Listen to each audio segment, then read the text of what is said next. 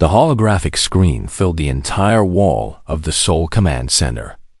Daeho stood alone in the middle of the room, his hands clasped behind his back. The faces on the screen were not human. Some had scales, others had too many eyes, and one looked like it was made of living crystal. These were the leaders of the Galaxy Assembly, and they were not here to be friendly. Behind Daeho, Director Min-soo watched from the observation deck. Next to him stood Hana, the tactical officer who had been tracking alien movements for the past 3 months. They both knew this meeting would change everything. The creature in the center of the screen spoke first. His name was Vok, and he was twice the size of any human.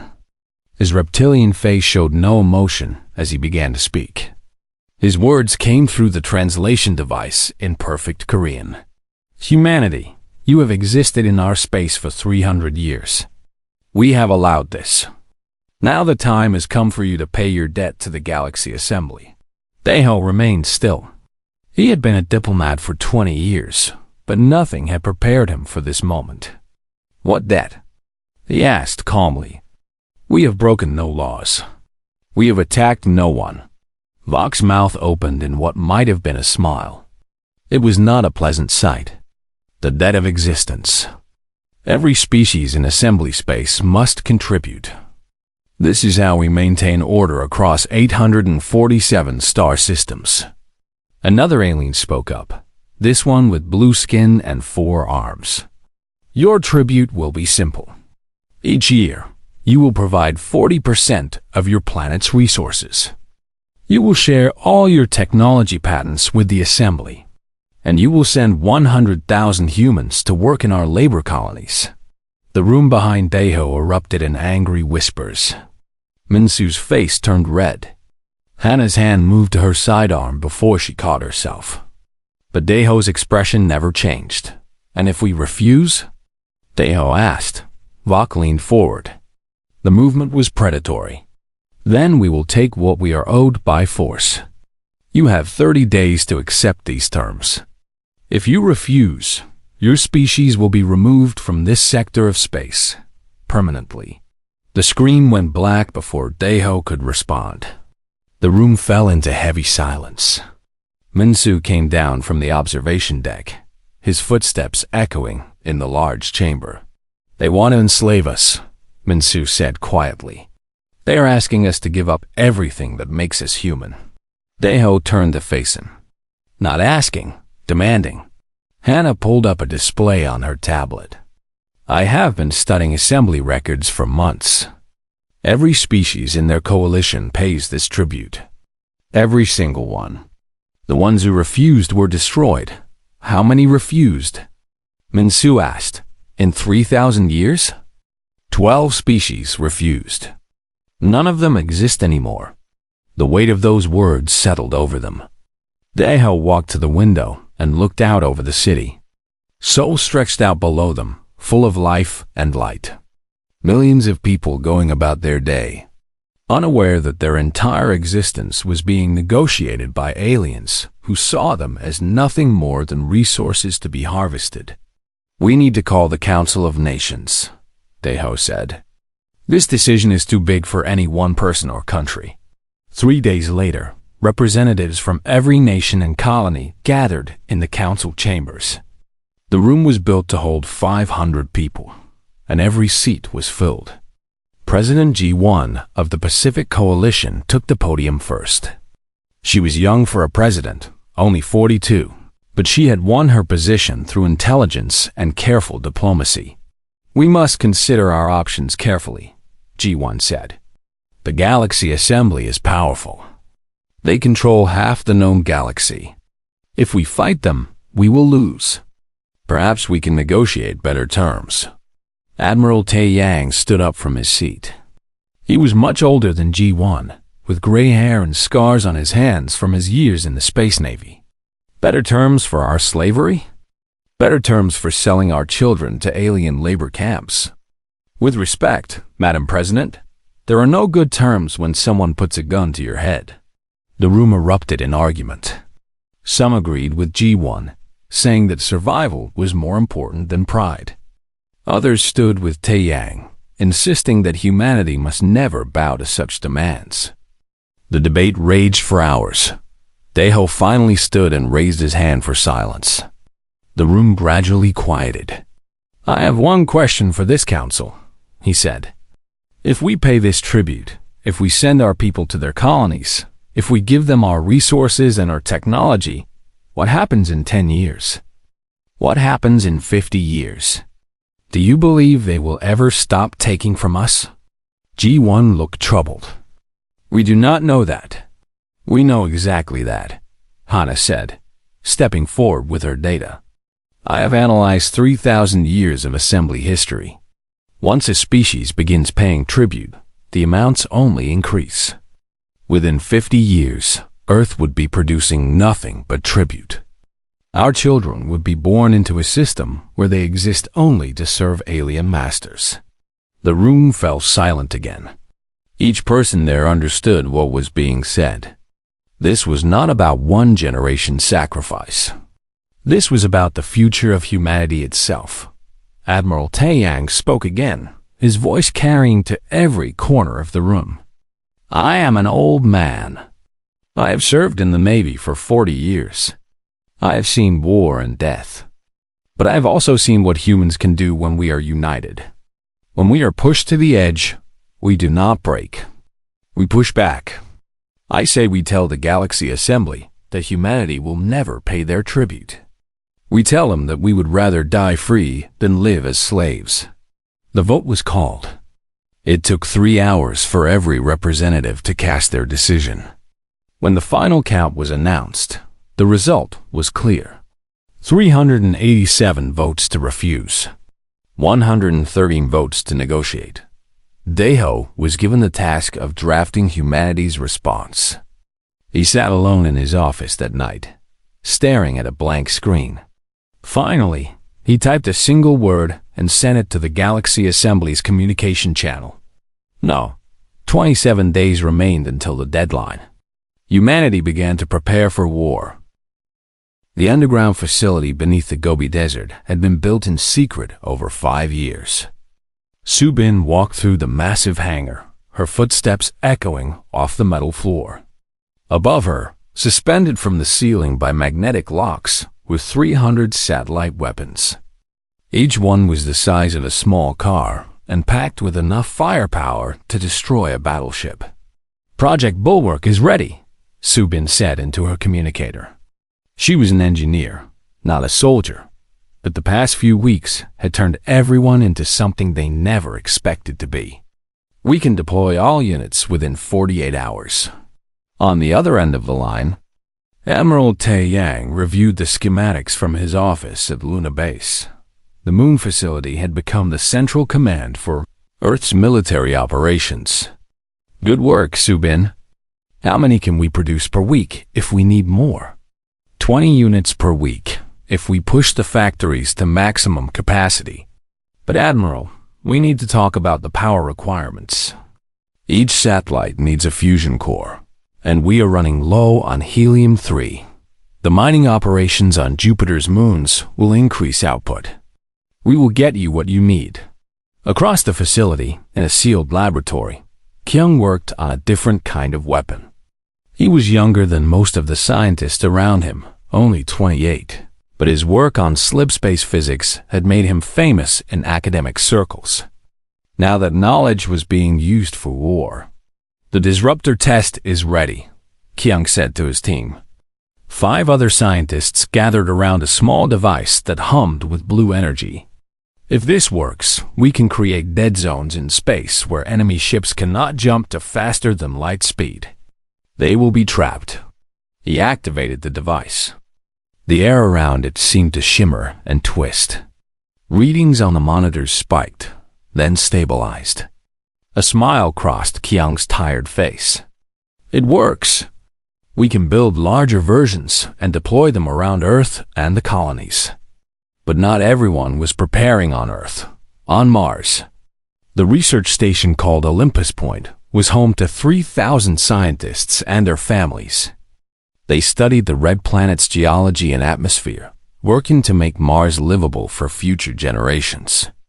most of them did not even know about the Galaxy Assembly's demand until it was too late. Captain Jamin watched from Luna Base as 50 alien warships appeared in orbit around Mars.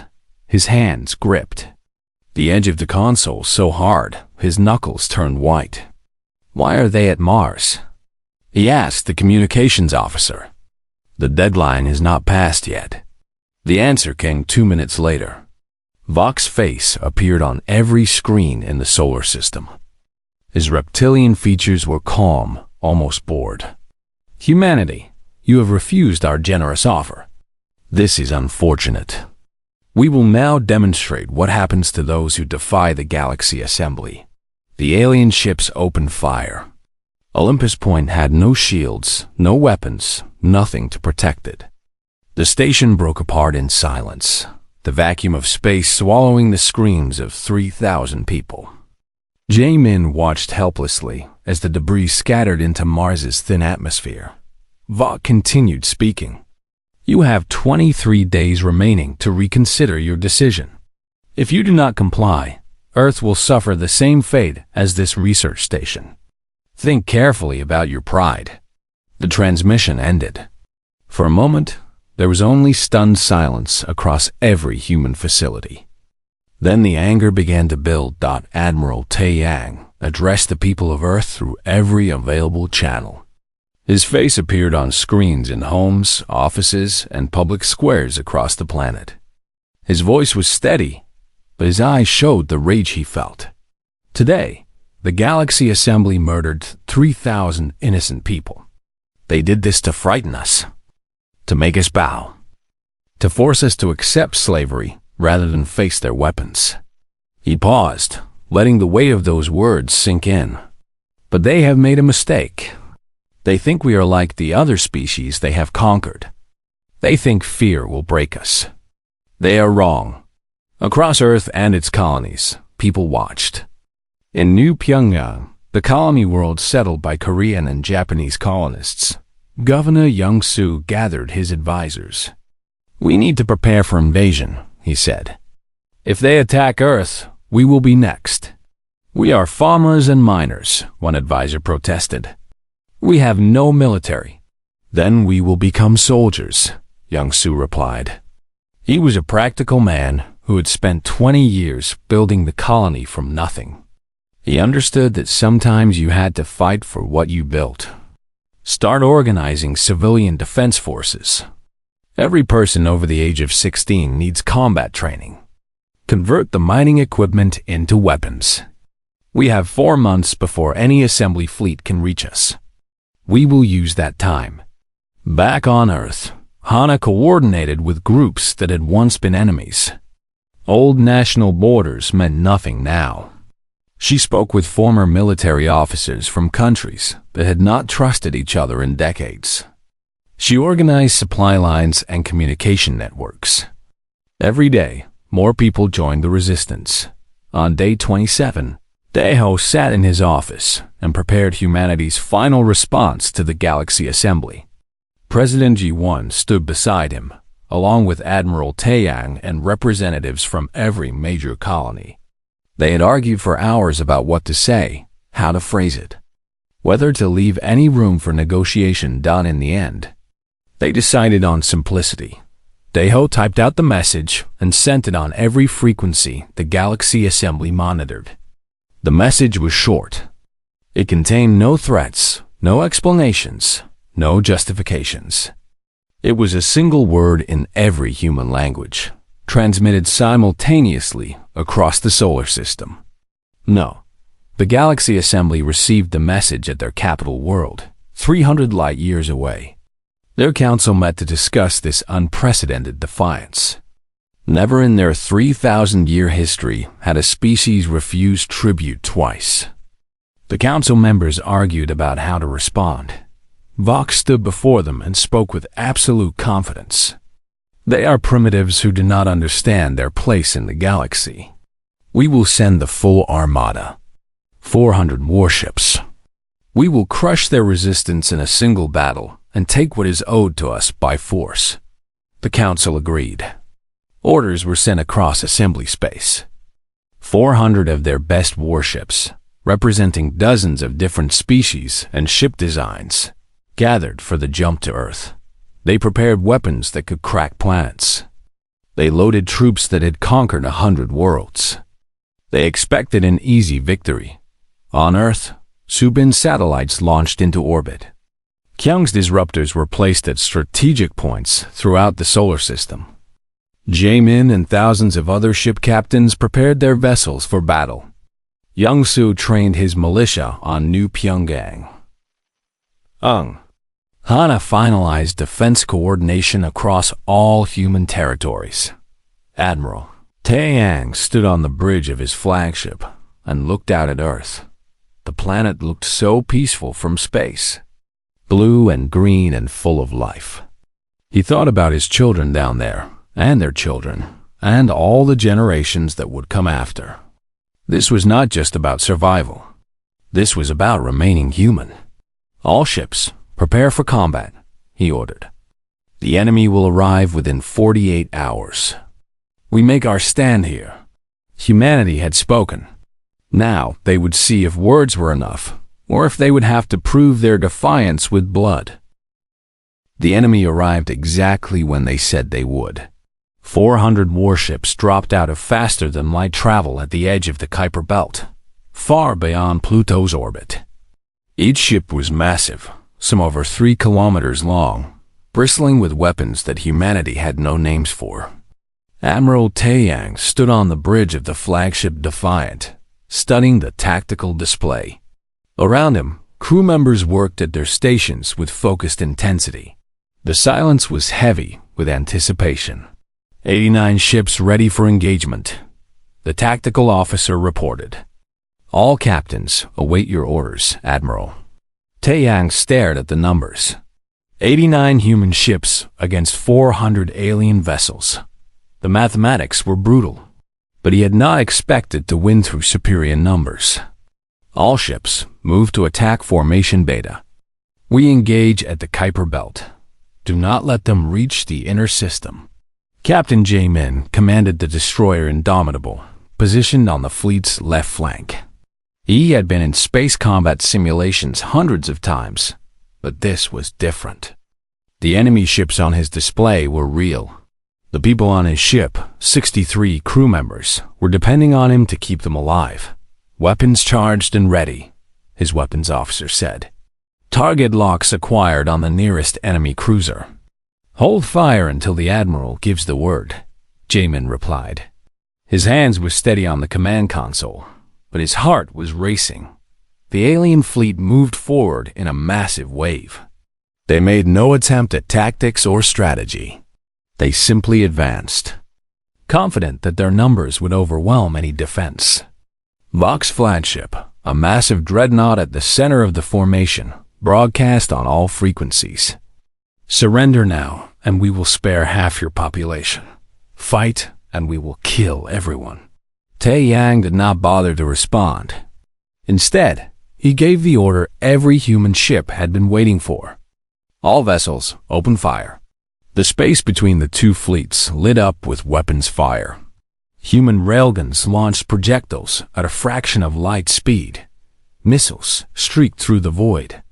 Energy weapons turned the darkness bright with deadly light. The alien ships returned fire with weapons that tore through space itself.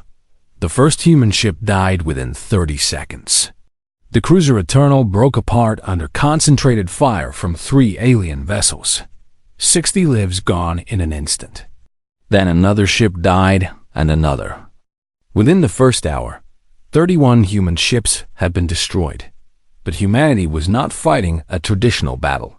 As the alien fleet advanced deeper into the solar system, they entered the range of Subin's satellite network. 300 weapons platforms, each one small enough to avoid detection until it was too late, activated simultaneously. The satellites opened fire on the alien fleet's flanks. Ships that had been focused on the human vessels suddenly found themselves under attack from multiple directions. The tight alien formation broke apart as ships tried to defend themselves from the unexpected threat. Now activate the disruptors. Tunlin ordered. Kyung watched from his command center on Luna Base as his devices powered up. 20 disruptor stations, placed at strategic points throughout the solar system, created zones where faster-than-light travel was impossible. Half the alien fleet found themselves trapped, unable to jump away from the battle. "It is working!" Kyung shouted to his team. "They cannot escape. The disruptors are holding." The battle's momentum shifted. The alien ships were powerful, but they had expected a quick victory. They had not prepared for an enemy that could trap them and attack from multiple directions. Confusion spread through their ranks. J-Men saw his opportunity. "Helm, bring us around to that enemy cruiser's port side. Weapons, concentrate all fire on their engine section." The Indomitable danced through the chaos of battle, dodging debris and weapons fire. His crew worked like a single organism, each person knowing their role perfectly. The destroyer's railguns punched through the alien cruiser's shields, then through its hull, then into its engine core. The enemy ship went dark and began to drift, but J-Min was not satisfied. "Boarding team, prepare for assault. We are taking that ship." His first officer looked at him in shock. "Sir, we have never successfully boarded an alien vessel. We do not know their layout or their defensive measures." "Then we will learn," J-Min said. He grabbed a combat rifle from the weapons locker. "I am going with the boarding team. You have command of the Indomitable." 20 Marines in combat armor launched from the destroyer in small boarding pods. J-Min was with them, his heart pounding as the pod's cutting torch burned through the alien cruiser's hull. The pods broke through into a dark corridor filled with alien atmosphere. The Marine suits adjusted automatically, allowing them to breathe. The corridors were too tall for humans, built for creatures twice their size. Emergency lights flickered, casting strange shadows. J-Min's team moved forward carefully, weapons raised. They encountered their first alien crew members within minutes. The fight was brutal and close. The aliens were strong, but they had never fought an enemy that moved like humans, fast and unpredictable. J-Min's team pushed deeper into the ship, taking casualties but advancing steadily. Their goal was the command center. They found Vok himself on the bridge, surrounded by his command crew. The massive reptilian creature stared at the humans in what might have been surprise. He had not expected prey to become predators. "You should have surrendered," Vok said through the translation device. He raised a weapon, but J-Min was faster. A burst of rifle fire sent Vok crashing to the floor. "We will never surrender," J-Min replied. He moved to the ship's main computer terminal. "Kyung, can you hear me? I am uploading data from their flagship's computer. Everything they have on their fleet composition, their strategic plans, all of it."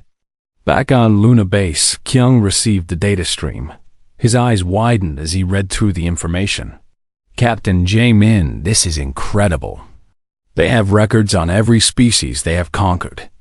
Their military doctrine, their weaknesses. This is everything we need." But there was no time to celebrate. The alien fleet was regrouping, preparing for another assault. J-Min looked at the reactor controls on the enemy ship and made a hard decision. "Everyone, back to the boarding pods now. We are leaving." His team evacuated quickly. Once they were clear, J-Min set the alien ship's reactor to overload and launched himself toward the Indomitable. Behind him, the enemy flagship exploded in a ball of nuclear fire, taking 3 nearby alien ships with it. The alien fleet's morale broke. Without their leader, without the advantage of surprise, and with half their force trapped by the disruptors, they chose survival over victory. The remaining ships that could escape jumped to faster-than-light speed and fled the solar system. Humanity had won the first battle, but the cost was heavy. 58 human ships destroyed. Over 4,000 crew members dead. The survivors floated in their damaged vessels, Too exhausted to celebrate, Admiral Tai Yang addressed the fleet from the bridge of the Defiant. His ship was scarred and battered, but still functional. Today we proved something important. We proved that humanity will not be bullied. We proved that courage matters more than numbers. And we proved that the Galaxy Assembly is not invincible.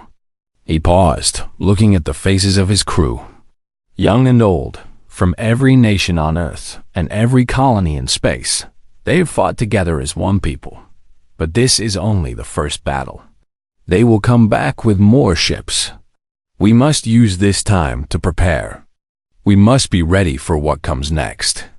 In the data taken from Vox's flagship, Kyung discovered something crucial. The Galaxy Assembly had never faced real resistance before. Every other species had submitted within days of the first demonstration of force. The Assembly's military doctrine was built around intimidation and overwhelming force against demoralized enemies. They had no experience fighting an enemy that refused to give up. No experience with an enemy that could adapt and innovate in the middle of battle. No experience with an enemy that valued freedom more than survival. "We can win this," Kyung said to Admiral Tai Yang during their debrief. "They are powerful, but they are not prepared for a long war. If we can hold out, if we can make every battle costly for them, they might decide we are not worth the effort." Tai Yang nodded slowly. "Then that is what we will do. We will make them bleed for every inch of space. We will make them regret the day they demanded tribute from humanity." The survivors of the first battle returned to their bases for repairs and rest. They had bought humanity time, but everyone knew the Galaxy Assembly would not accept this defeat. The next battle would be larger, more brutal, and more decisive. But for now, humanity could say they had stood against impossible odds and survived. They had said no to slavery and made it stick with their blood and courage. The galaxy was watching, and for the first time in 3,000 years, the Assembly looked vulnerable. 6 months passed after the first battle.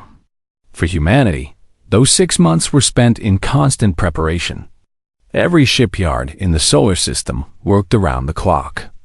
Every factory produced weapons. Every person contributed to the war effort in some way. Su-Bin had not slept more than 4 hours a night since the battle. She stood in the asteroid belt, wearing a spacesuit as she supervised the conversion of mining equipment into weapons platforms. The massive mining rigs, designed to break apart asteroids for their minerals, were being retrofitted with military-grade sensors and weapons. "These mobile platforms will give us flexibility," she explained to Admiral Tai Yang during a video call. "The Assembly expects fixed defenses. These can move, hide among the asteroids, and strike when they are not expecting it." "How many can we deploy?" Tai Yang asked. 47 are ready now. Another 30 will be completed within 2 weeks. On Earth, Kyung had moved beyond simple disruptors. His new invention was deceptive and brilliant. He called them ghost ships. They were small drones that projected sensor signatures identical to full-sized warships. To any scanning system, they appeared to be complete battle fleets. "We can make the enemy think we have 3 times as many ships as we actually have," Kyung explained to the military council. "They will spread their forces to counter threats that do not exist. It will divide their attention and their firepower." The colony world knew Pyongyang had transformed completely. Governor Young-soo walked through training grounds where 50,000 civilians practiced combat drills. Former farmers held rifles with the same careful attention they once gave to their crops.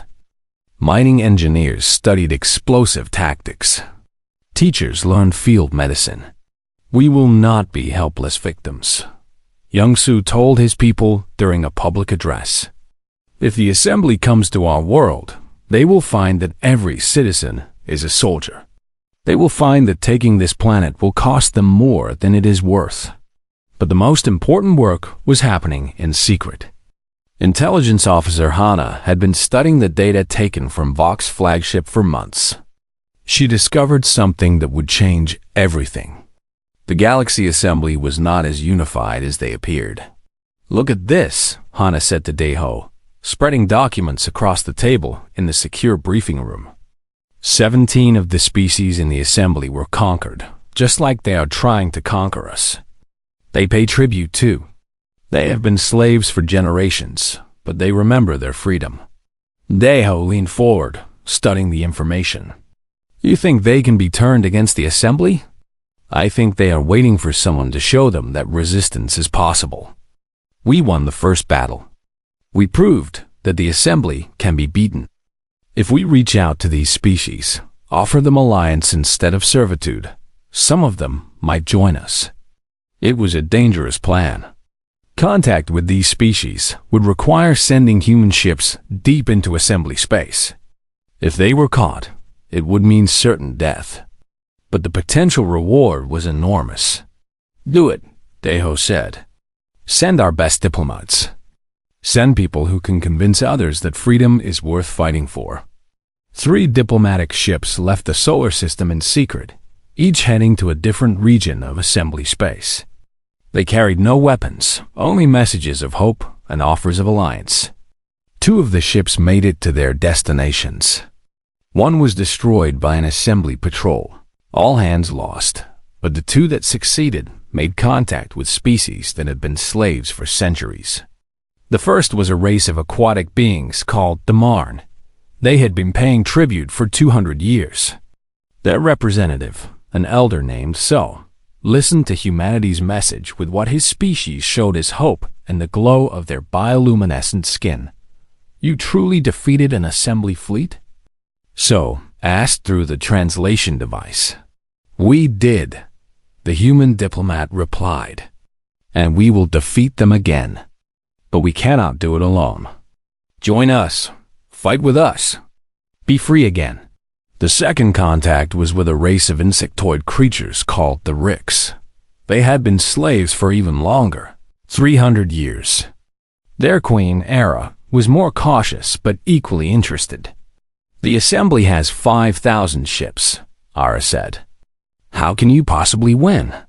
"Because we would rather die fighting than live as slaves. That makes us dangerous. That makes us unpredictable. And that terrifies them." While these diplomatic missions were underway, the assembly prepared their response to their defeat. 3 full battle fleets, 1,200 warships in total, gathered at the assembly capital world. This time, there would be no mistakes. They would overwhelm humanity with pure force. The assembly commanders studied the data from the first battle. They identified human tactics and developed counter-strategies. They prepared for disruptors and for satellite networks. They were confident that humanity's tricks would not work twice. What they did not know was that humanity had been watching them prepare. Hidden spy satellites in assembly space had been transmitting intelligence back to Earth for months. Admiral Taeyang knew the enemy fleet composition. He knew their approach vectors. He knew their battle plans. "They are expecting a straight fight," Taeyang said to his senior officers. "So we will give them ghosts and shadows instead." When the assembly fleet arrived at the solar system 6 months after their first defeat, they found what appeared to be 300 human warships waiting for them. The enemy commanders were confused. How had humanity built so many ships in such a short time? They divided their forces to engage what they thought were 3 separate human fleets. But as they closed in, they discovered the truth. 2/3 of the ships were Kyung's ghost ships, projections and drones with no real weapons. By the time they realized the deception, it was too late. The real human fleet, only 100 actual warships, had positioned themselves perfectly. Subin's mobile platforms emerged from the asteroid belt, attacking the enemy's rear. Kyung's disruptors activated, trapping the enemy fleet in sections, preventing them from coordinating or retreating. Captain Jaemin, now commanding a carrier group, led strike fighters through the chaos. His pilots were some of the best humanity had ever trained. They darted between massive enemy ships like insects, targeting engines and weapon systems with precision strikes. Gold Squadron, hit that cruiser's starboard engines. Silver Squadron, take out the destroyer's sensor array. Bronze Squadron, with me. We are going after their flagship. The battle was not easy. Humanity lost 30 ships in the first 3 hours. But the assembly was losing more. Their forces were divided, confused, unable to coordinate effectively. Every time they tried to regroup, human forces would appear from a new direction. Then something happened that no one expected. A group of 200 alien ships broke away from the assembly fleet. For a moment, both sides thought it was a flanking maneuver. But then these ships opened fire on their former allies. "Admiral, we are receiving a transmission," the communications officer on the Defiant reported. "It is from the ships that broke away. They say they are the Marne and the Rix. They say they are joining our side." Taeyang could not hide his smile. Hannah's plan worked. Tell them they are welcome allies. Transmit our tactical data to them. Let us fight together. The Marne ship commander appeared on Taeyang's screen. "Admiral, my people have waited 200 years to strike back at our oppressors. Thank you for showing us it was possible. Thank you for having the courage to join us," Taeyang replied. With the defection of 200 ships, the balance of the battle shifted completely. The assembly forces, already confused and divided by human tactics, now faced betrayal from within. Their morale collapsed. Some ships fought to the end. Others surrendered. Many simply fled. When the battle ended, debris filled the space around Earth. Nearly 400 assembly ships had been destroyed or captured. The rest had retreated. Humanity had lost 48 ships, each loss mourned by the entire species. But they had won. And more importantly, they had proven something to the entire galaxy. The assembly could be beaten. Species that had been slaves for centuries could fight back and win in the days following the battle. 3 more species contacted Earth, asking to join the alliance against the assembly. Then 5 more. Then a dozen. The galaxy was changing.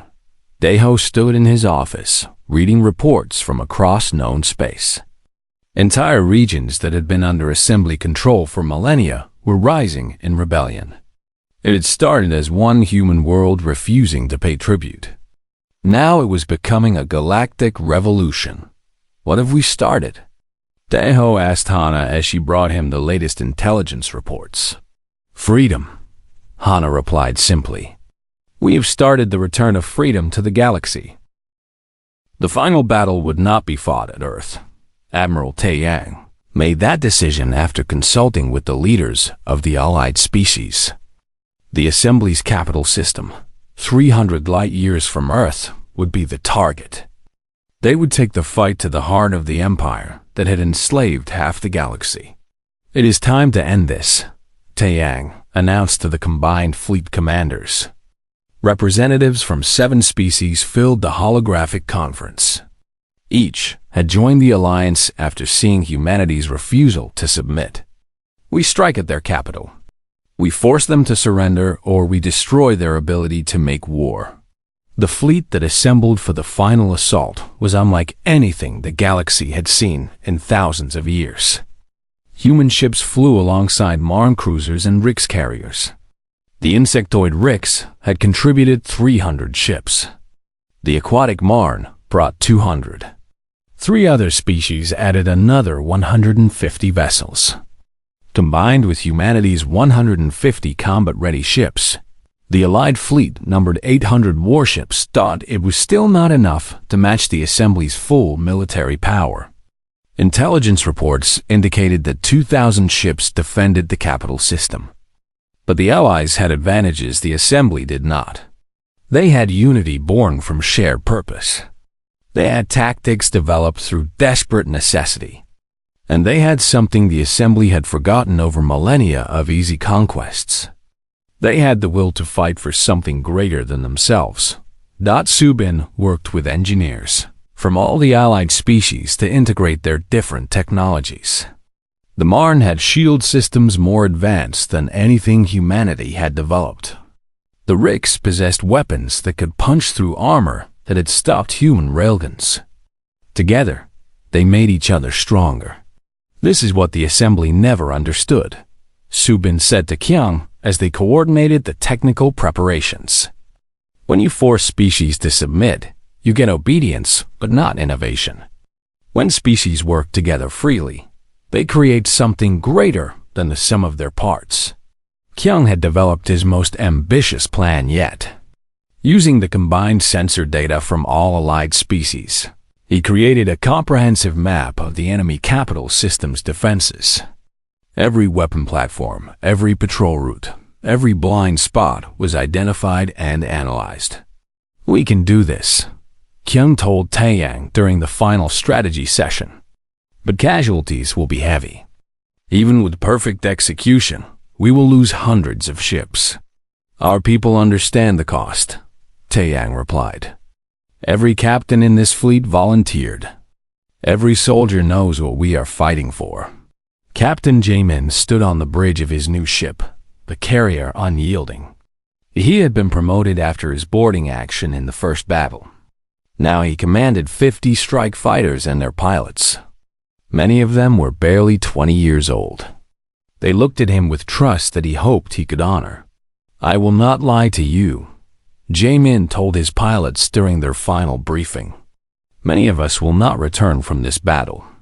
The enemy outnumbers us. Their defenses are strong. But remember what we are fighting for. Remember the people who died at Olympus Point.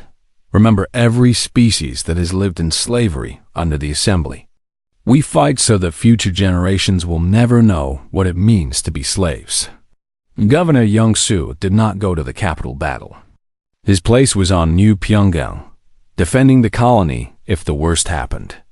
But he sent a message to the fleet that Taeyang shared with every ship. "You carry the hopes of billions with you. Win or lose, you have already changed the galaxy. You have shown that tyranny can be resisted. That is a gift that can never be taken away. Go with our blessing. Fight with our courage. Know that we are with you in spirit."